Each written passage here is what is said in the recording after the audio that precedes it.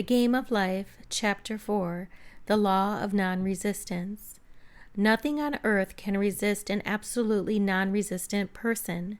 The Chinese say that water is the most powerful element because it is perfectly non-resistant. It can wear away a rock and sweep all before it. Jesus Christ said, "Resist not evil," for he knew in reality there is no evil, therefore nothing to resist. Evil has come of man's vain imagination, or a belief in two powers, good and evil. There is an old legend that Adam and Eve ate of Maya, the tree of illusion, and saw two powers instead of one power, God. Therefore, evil is a false law man has made for himself through psychoma or soul sleep. Soul sleep means that man's soul has been hypnotized by the race belief of sin, sickness, and death, etc., which is carnal or mortal thought, and his affairs have outpictured his illusions.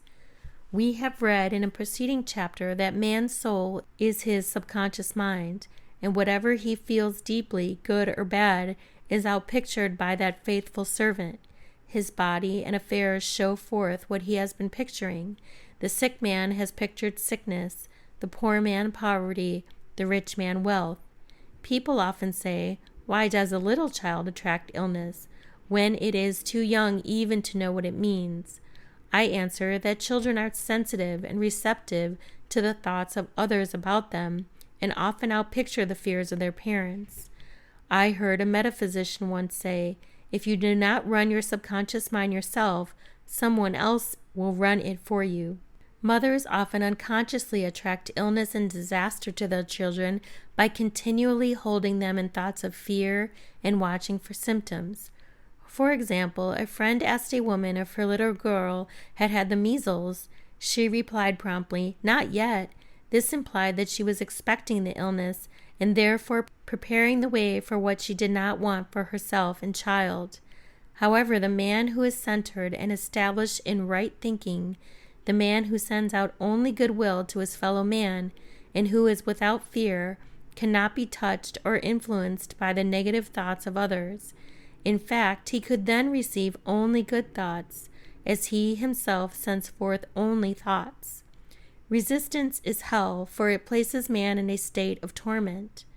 A metaphysician once gave me a wonderful recipe for taking every trick in the game of life. It is the acme of non-resistance. He gave it this way. At one time in my life, I baptized children, and of course they had many names. Now I no longer baptize children, but I baptize events. But I give every event the same name. If I have a failure, I baptize it success, in the name of the Father and of the Son and of the Holy Ghost. In this we see the great law of transmutation, founded on non-resistance. Through his spoken word, every failure was transmuted into success. For example, a woman who required money and who knew the spiritual law of opulence was thrown continually in a business way with a man who made her feel very poor. He talked lack and limitation, and she commenced to catch his poverty thoughts, so she disliked him and blamed him for her failure. She knew in order to demonstrate her supply, she must first feel that she had received a feeling of opulence must precede its manifestation. It dawned on her one day that she was resisting the situation and seeing two powers instead of one, so she blessed the man and baptized the situation success. She affirmed, "As there is only one power, God, this man is here for my good and my prosperity," just what he did not seem to be there for. Soon after that she met, through this man, a woman who gave her, for a service rendered, several $1,000s, and the man moved to a distant city and faded harmoniously from her life. Make the statement, "Every man is a golden link in the chain of my good," for all men are God in manifestation, awaiting the opportunity given by man himself to serve the divine plan of his life. Bless your enemy, and you rob him of his ammunition. His arrows will be transmuted into blessings. This law is true of nations as well as individuals. Bless a nation, send love and goodwill to every inhabitant, and it is robbed of its power to harm. Man can only get the right idea of non-resistance through spiritual understanding. My students have often said, "I don't want to be a doormat." I reply, when you use non-existence with wisdom, no one will ever be able to walk over you. Another example. One day, I was impatiently awaiting an important telephone call. I resisted every call that came in and made no outgoing calls myself, reasoning that it might interfere with the one I was waiting. Instead of saying, "Divine ideas never conflict, the call will come at the right time," leaving it to infinite intelligence to arrange, I commenced to manage things myself. I made the battle line, not God's, and remained tense and anxious. The bell did not ring for about an hour, and I glanced at the phone and found the receiver had been off that length of time, and the phone was disconnected. My anxiety, fear, and belief in interference had brought on a total eclipse of the telephone. Realizing what I had done, I commenced blessing the situation at once. I baptized it success and affirmed, "I cannot lose any call that belongs to me by divine right. I am under grace and not under law."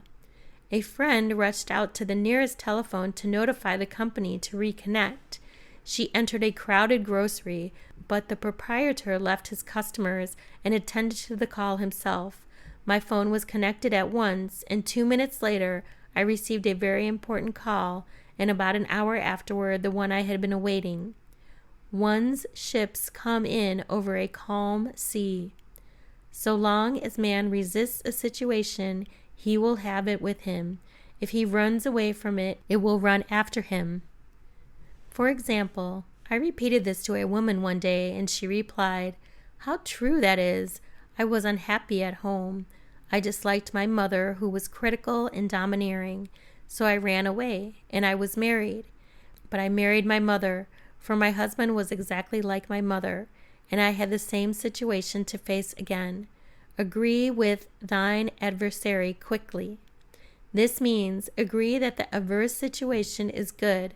Be undisturbed by it, and it falls away of its own weight. "None of these things move me" is a wonderful affirmation. The inharmonious situation comes from some inharmony within man himself. When there is in him no emotional response to an inharmonious situation, it fades away forever from his pathway. So we see man's work is ever with himself. People have said to me, "Give treatments to change my husband or my brother." I reply, "No, I will give treatments to change you. When you change, your husband and your brother will change." One of my students was in the habit of lying. I told her it was a failure method, and if she lied, she would be lied to. She replied, "I don't care. I can't possibly get along without lying." One day she was speaking on the phone to a man with whom she was very much in love. She turned to me and said, "I don't trust him. I know he's lying to me." I replied, "Well, you lie yourself, so someone has to lie to you, and you will be sure it will be just the person you want the truth from." Sometime after that I saw her, and she said, "I'm cured of lying." I questioned, "What cured you?" She replied, "I've been living with a woman who lied worse than I did." One is often cured of his faults by seeing them in others.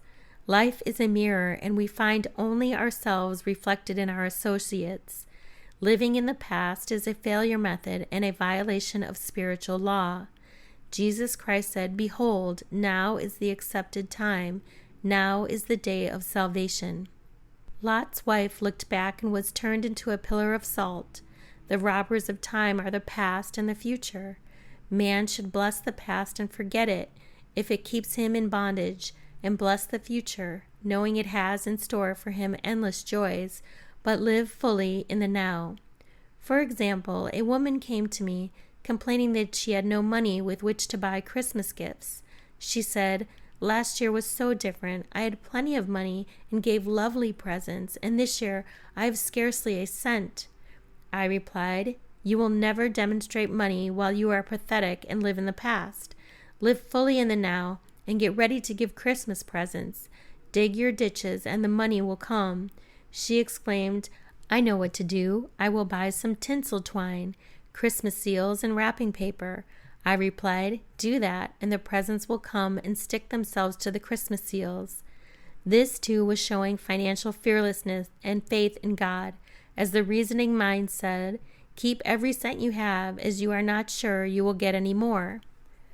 She brought the seals, paper, and twine, and a few days before Christmas received a gift of several $100s. Buying the seals and twine had impressed the subconscious mind with expectancy and opened the way for the manifestation of the money. She purchased all the presents in plenty of time. Man must live suspended in the moment. Look well, therefore, to this day. Such is the salutation of the dawn. He must be spiritually alert, ever awaiting his leads, taking advantage of every opportunity. One day I said continually, silently, Infinite Spirit, don't let me miss a trick. And something very important was told to me that evening. It is most necessary to begin the day with right words. Make an affirmation immediately upon waking. For example, thy will be done this day. Today is a day of completion. I give thanks for this perfect day. Miracle shall follow miracle, and wonders shall never cease. Make this a habit, and one will see wonders and miracles come into his life. One morning I picked up a book and read, Look with wonder at that which is before you. It seemed to be my message for the day, so I repeated again and again, Look with wonder at that which is before you. At about noon, a large sum of money was given to me, which I had been desiring for a certain purpose. In a following chapter, I will give affirmations that I have found most effective. However, one should never use an affirmation unless it is absolutely satisfying and convincing to his own consciousness, and often an affirmation is changed to suit different people. For example, the following has brought success to many. I have a wonderful work. In a wonderful way, I give wonderful service for wonderful pay. I gave the first 2 lines to one of my students, and she added the last 2. It made a most powerful statement, as there should always be perfect payment for perfect service, and a rhyme sinks easily into the subconscious. She went about singing it out loud, and soon did receive wonderful work in a wonderful way, and gave wonderful service for wonderful pay. Another student, a businessman, took it and changed the word work to business. He repeated, I have a wonderful business in a wonderful way, and I give wonderful service for wonderful pay. That afternoon he made a $41,000 deal, though there have been no activity in his affair for months. Every affirmation must be carefully worded and completely cover the ground. For example, I knew a woman who was in great need and made a demand for work. She received a great deal of work but was never paid anything. She now knows to add wonderful service for wonderful pay. It is man's divine right to have plenty, more than enough. His barn should be full and his cup should overflow. This is God's idea for man, and when man breaks down the barriers of lack in his own consciousness, the golden age will be his, and every righteous desire of his heart fulfilled.